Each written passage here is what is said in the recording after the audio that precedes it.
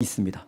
앞서 엘리바스도 처음보다는 두 번째에 더 강하게 욥을 공격하는 것을 보았듯이 빌다도 역시 첫 번째보다는 훨씬 강하게 욥을 공격하는 것을 볼 수 있어요. 욥의 세 명의 친구들이 욥을 찾아온 것은 처음부터 몰아붙이고 공격하기 위해서 찾아온 것은 아닙니다. 사실 위로하기 위해서 찾아왔지요. 그런데 위로는커녕 자신들의 입장에서 욥을 비난하는 것으로 점점 몰아가게 되고 있어요. 세 명의 친구들 모두 그런 마음은 아니었을 거예요. 그런데 대화를 하다 보니까 신앙이 틀려요. 또 신학이 틀려요. 관점이 틀리고 믿음이 틀린 거예요. 그러다 보니까 언쟁이 높아지게 되고 서로 말이 안 맞게 되고 하다 보니까 점점 과격하게 대화가 흘러가는 것을 보게 되었고, 위로가 하기보다는 이제는 오히려 공격하는, 그리고 오늘 본문을 보니까 공격 정도가 아니라 욥의 마음과 가슴과 정신까지 다 오늘 비수를 꽂는 그런 일들이 일어나고 있습니다. 본문 3절 말씀을 보시면 어찌하여 우리를 짐승으로 여기며 부정하게 보느냐라고 말하는 빌닷의 말이 있어요. 여러분, 여기서 빌닷은 뭐라고 하냐면 어찌하여 우리를 이라고 합니다. 우리를 하고 거기에 포함되는 사람이 누굽니까? 엘리바스, 빌닷, 소발입니다. 왜 우리를 짐승으로 여기고 부정하게 보느냐? 다시 말하면 왜 우리 말하는 것을 자꾸 이상하게 생각하고 자꾸만 받아들이지 않느냐? 그렇게 지금 이야기를 하는 거예요. 소발의 말이 옳고 엘리바스의 말이 옳고 내 말이 옳은데 너는 왜 자꾸 다른 소리를 하느냐? 지금 이 말입니다. 빌닷은 욥기 8장에 기록되어 있는 것과 같이 하나님은 반드시 악인을 벌하시는 공의로운 분이시기 때문에 죄를 범한 욥 너도 필연적으로 응분의 대가를 받아야 된다 라는 것을 줄기차게 주장을 하고 있고, 8장에 이어서 18장 오늘 본문이 또 그 내용인데 처음보다 그 강도가 더 세다는 것을 알 수가 있습니다. 이들은 공의로우신 하나님이 통치하시는 이 세상은 선한 사람은 복을 받고 악한 사람은 벌을 받는다는 것을 극히 일반화시켜서 적용하려는 입장을 강하게 취하고 있어요. 이렇게 되면 욥이 고난을 받는 이유는 당연히 죄를 짓고 악하기 때문이라는 결론이 나와요. 여러분, 하나님은 공의의 하나님이시죠. 악인은 결코 성공하지 못하지요. 빌닷이 지적하는 것처럼 하나님께서는 악인을 패망시키시고 악인에게 승리를 주지 않으십니다. 그러나 오늘 이 빌닷의 말이 틀린 말은 아니나 중요한 것은 이 빌닷의 말에 문제가 있어요. 그 문제의 이유가 무엇입니까? 그가 악인으로 지명한 사람이 누구라는 거예요? 욥이라는 것이 오늘 본문에서는 문제인 거예요. 악인에게 하나님이 하시는 일들, 성경에서 흐르는 이 맥은 이 빌닷의 말이 틀리지 않아요. 그런데 그 대상이 욥이라는 것 때문에 지금 우리는 이 빌닷의 말이 틀리다고 생각하고 또한 이 말에 동의하지 못하는 것입니다. 여러분, 욥은 지금 어떤 상태에 있습니까? 지금 자신의 믿음에 대해서 시험을 받고 있는, 한마디로 믿음의 영적 경주를 하고 있는 그런 사람이에요. 그런 그를 악인으로 내몰아서 그 비참함을 역설하고 있는 이 빌닷의 행동은 참으로 비굴하고 악한 행동이 아닐 수 없습니다. 하나님께서는 우리에게 다른 사람을 악인으로 정죄하도록 허락하지 않으셨어요. 우리는 빌닷처럼 다른 사람을 향하여 눈에 보이는 것만을 가지고 정죄하는 어리석음에 빠지지 않도록 주의해야 됩니다. 그렇기 때문에 반대로 이 말은 고난을 받지 않고 잘 사는 사람은 죄를 짓지 않았기 때문이라는 말도 돼요. 즉 욥의 세 명의 친구들 엘리바스, 빌닷, 소발 자신들은 결국은 뭐예요? 하나님 앞에 죄를 짓지 않고 의인으로 살았기 때문에 지금 고난을 받지 않고 잘 살고 있다는 그런 말이 되는 것입니다. 여러분 어떻습니까?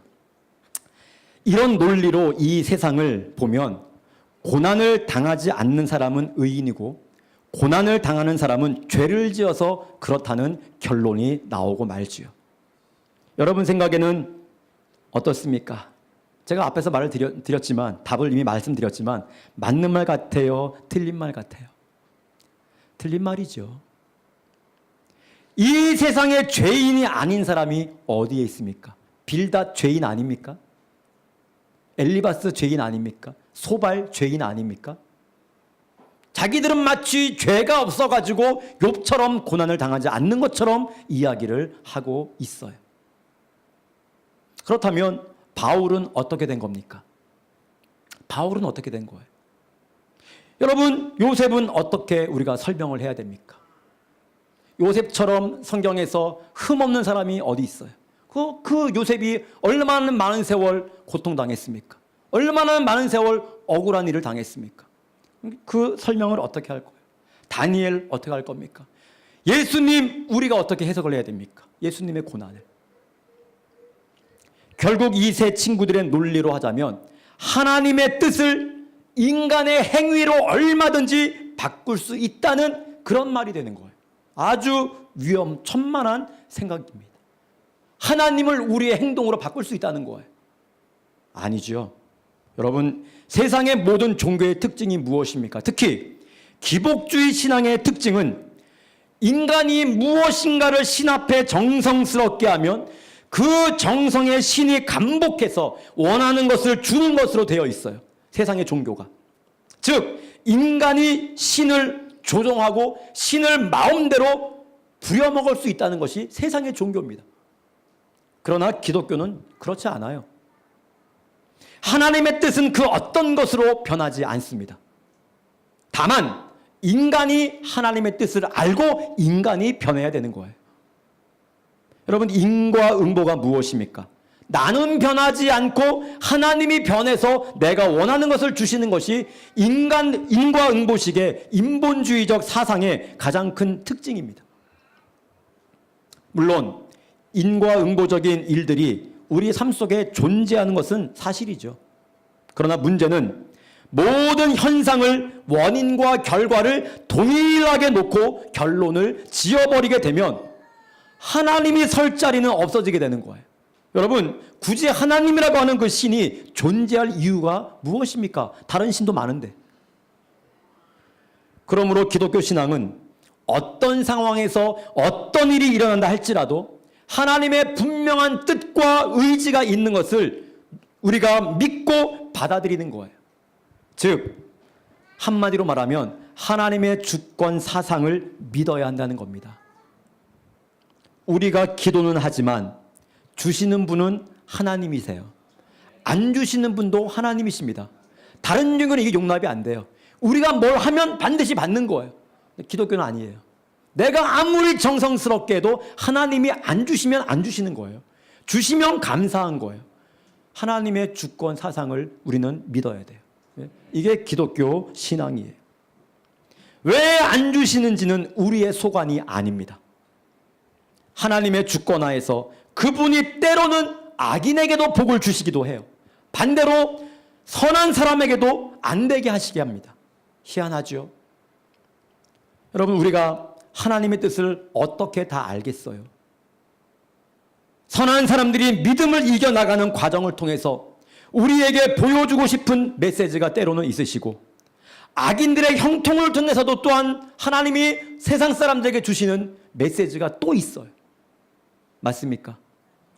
이렇게 원인이 있기 때문에 결과가 있다는 극히 상식적이고 합리적인 인과응보 사상을 인정하지 않는 욥에게 이 세 명의 친구들의 공격은 더욱더 거셀 수밖에 없어요.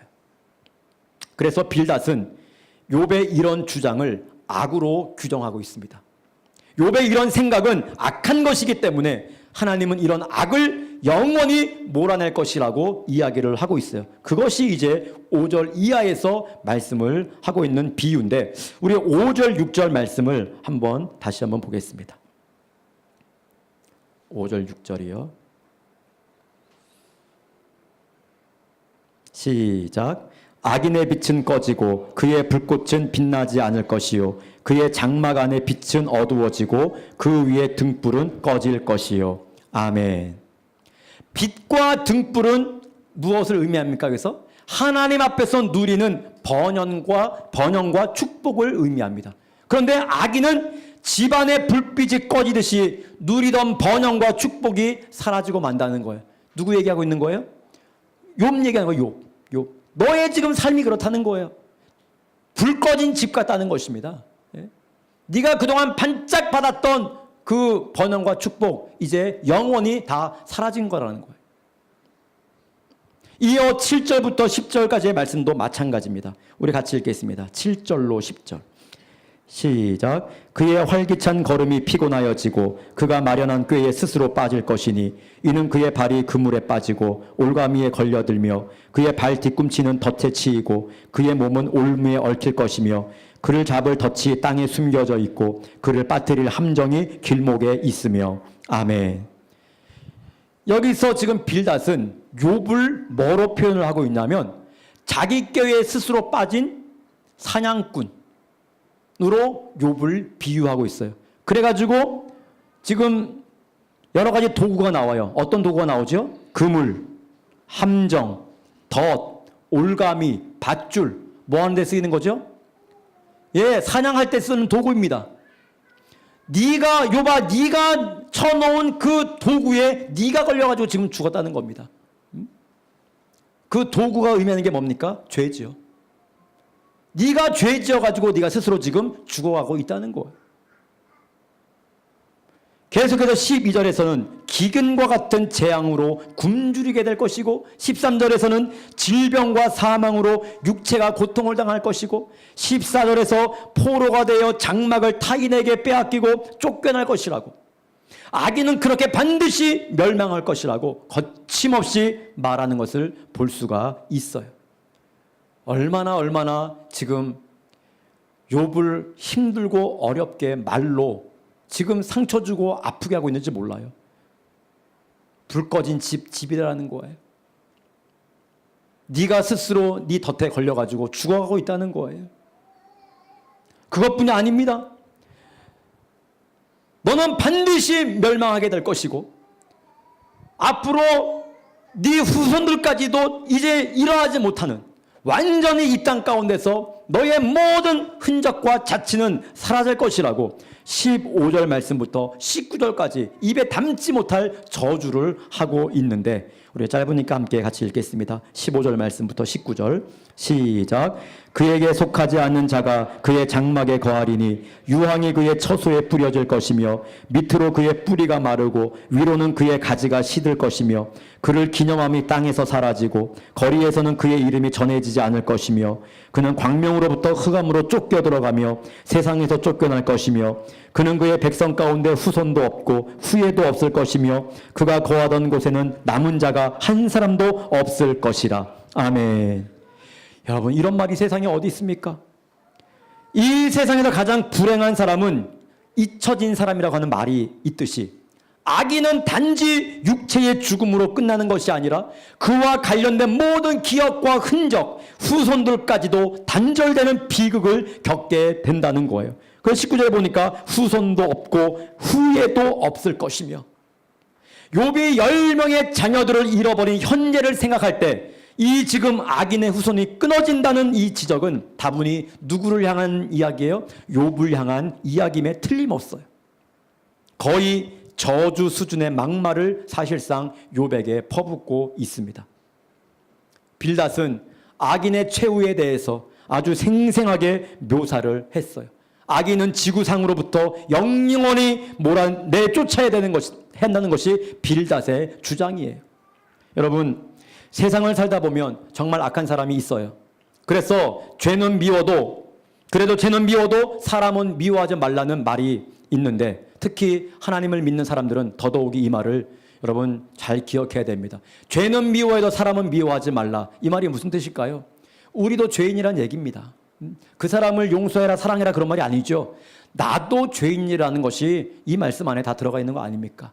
그 사람만 정죄할 것이 아니라 나도 그 사람 못지않게 죄인이라는 말이 거기에 포함되어 있는 거예요. 죄는 미워해도 사람은 미워하지 말라. 여러분, 넓게 보면 바로 우리가 하나님 앞에 이런 심판을 받고도 남을 만한 더럽고 추악한 죄를 가지고 오늘 살아가고 있어요. 그럼에도 불구하고 하나님은 여전히 나를 기다려주시고 참아주시고 받아주시고 있다는 사실을 우리 자신도 꼭 기억해야 됩니다. 그런데 남이 하면 불륜이고 내가 하면 로맨스라고 하는 이런 잘못된 편견과 잘못된 신앙이 상처받고 힘들어하는 사람을 더 고통스럽게 한다는 사실을 여러분 우리는 기억해야 됩니다. 하나님은 모든 사람을 다 사랑하십니다. 선한 사람도 사랑하시지만 악한 사람도 사랑하시고 나도 사랑하시지만 당신도 사랑하고 너도 사랑하시는 거예요. 모두를 하나님은 다 사랑하는 거예요. 우리가 잘못 알고 있는 것 중에 하나가 못된 일만 골라서 하고 사기치고 나쁜 짓만 골라서 하는 사람들에게 뭐라 그래요? 하나님은 뭐 하시느냐고, 왜 하나님 가만히 계시냐고 원망할 때가 가끔 있어요. 그러나 이것은 어디까지나 나의 생각, 인간의 생각입니다. 어떻게 보면 악한 행동이 무엇인지를 보여주는 도구가 될 수도 있고 또 그런 악한 행위들로 인해서 고통받고 힘들어하면서 하나님을 찾게 되고 또 그 사람이 변하여 하나님의 일을 하는 것을 보면서 하나님이 우리에게 주시는 악한 사람들을 향한 섭리가 또한 있음을 우리는 기억해야 됩니다. 그리고 또한 형통한 사람들이 어려운 일들을 통해 가지고 믿음으로 또한 그것을 이겨나가는 모습을 통해서 또 하나님이 우리 모두에게 주시는 메시지가 있다는 것이지요. 결국 넓게 보면 하나님은 악한 것을 통해서도 또 다른 일을 하신다는 거예요. 뭐를 인정하라는 겁니까? 하나님의 주권 사상을 인정하라는 거예요. 할렐루야. 저는 욥기서를 계속해서 함께 나누면서 우리 성도들이 사람들을 바라보는 관점을 조금 넓혔으면 좋겠다는 생각을 해봅니다. 낙인을 찍거나 편견을 가지고 있거나 좁은 시각으로 연약한 믿음으로 사람들을 바라보지 말기를 간절히 소망합니다. 저는 이 부분이 굉장히 중요하다고 생각해요. 앞으로도. 왜요? 교회 생활하면서 많은 경우 시험되는 것이 사람의 말입니다. 서로 오해가 쌓이는 것이 사람의 말이고요. 상처받는 것이 사람의 말입니다. 장장 수십 주죠. 거의 1년 가까이 이 말씀을 이제 계속 나눌 건데 여러분 이번 기회에 이런 관점을 완전히 여러분 나의 관점으로 가지십시오. 넓게 보십시오. 넓게 생각하세요. 하나님이 왜 그러실까? 나의 좁은 소견과 나의 좁은 믿음, 보수적인 그 신앙으로 사람을 정죄하지 마세요. 하나님의 계획이 있는 거예요. 하나님의 계획이 있어요. 내가 그것을 정죄하고 평가하고 판단하면 안 되는 거예요. 왜 악한 사람들에게 복을 주시는지 하나님의 계획이 있어요. 왜 선한 사람들이 고통을 당하는지 하나님의 계획이 있는 거예요. 이 모든 것들을 통해서 우리에게 주시는 하나님의 메시지가 있다니까요. 우리는 고칠 수 없어요. 우리는 해결할 수 없어요. 하나님께서 하나님의 방법으로 그 사람들을 이끌고 역사하실 거예요. 그들을 고치실 거예요. 그를 통해 영광을 받으실 거예요.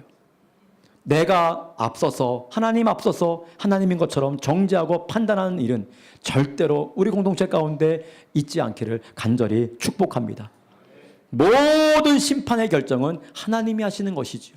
여러분 이스라엘은 하나님의 택한 민족이었습니다. 그러나 불순종하니까 하나님께서 그들을 치시기 위해서 누구에게 힘을 주십니까? 이방 사람들에게 힘을 주세요. 아수르에게 힘을 주시고 바벨론에게 힘을 주십니다.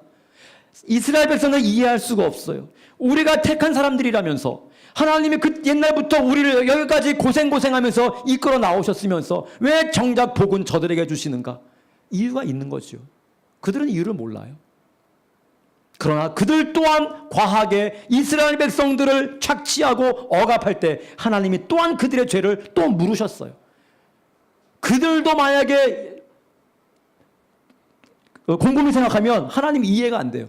언제는 우리 들어가지고 이스라엘 치라고 복을 줬으면서 하나님 말씀에 순종해가지고 이스라엘을 억압했더니 이제는 또 너무 억압했다고 또 자기를 치시고. 인간들은 하나님 하시는 일을 절대 이해할 수가 없어요.